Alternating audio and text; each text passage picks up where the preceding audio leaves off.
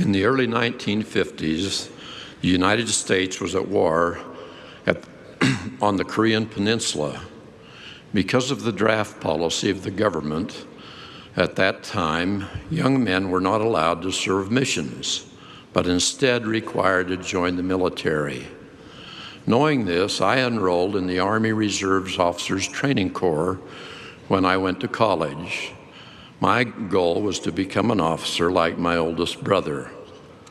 However, during a visit home for the Christmas holiday, my home ward bishop, Vern Freeman, invited me into his office.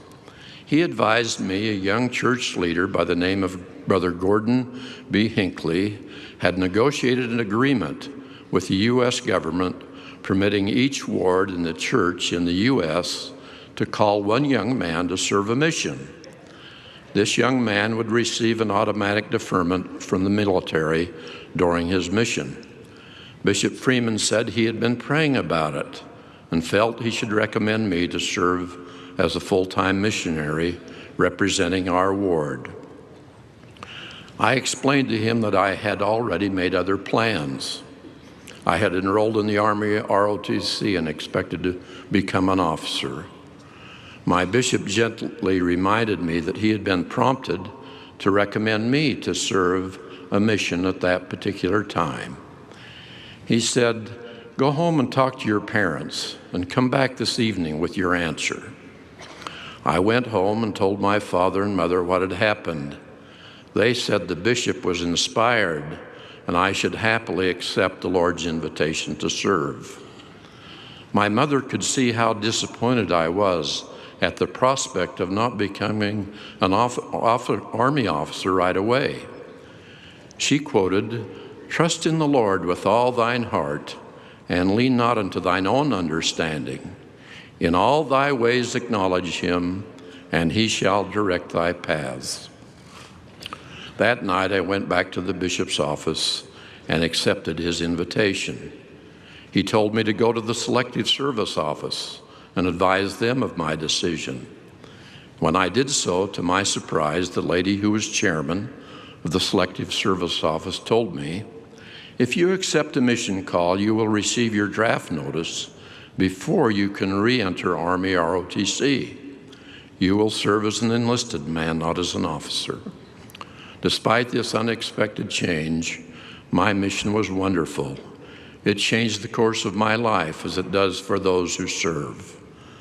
But true to their word, the government sent an induction letter drafting me into the U.S. Army about 1 month before my mission release.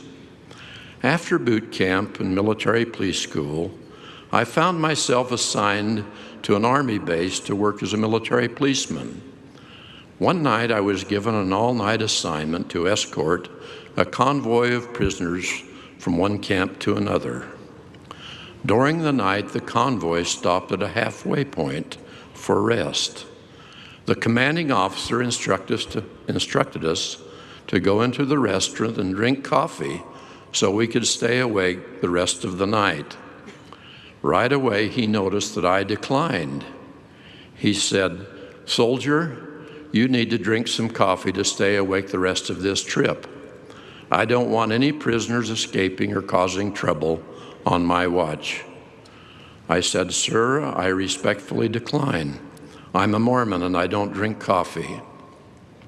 He didn't care for my answer, and he again admonished me to drink the coffee. Again, I politely refused. I took my place at the rear of the bus, my weapon in hand, praying in my heart that I would stay awake and never have to use it. The trip ended uneventfully. A few days later, the same commanding officer invited me to his office for a private interview. He told me that even though he had worried that I would not be able to stay awake during the all-night trip, he appreciated that I stood by my convictions. Then, to my amazement, he said his assistant was being transferred, and he was recommending me to be his new assistant. For the most of the next 2 years, I had many opportunities for leadership and managerial assignments.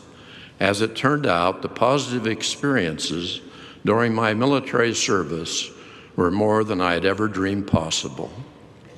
From this simple story and many more like it over the course of my life, I have learned that faith and obedience are the answers to our concerns, cares, and sufferings.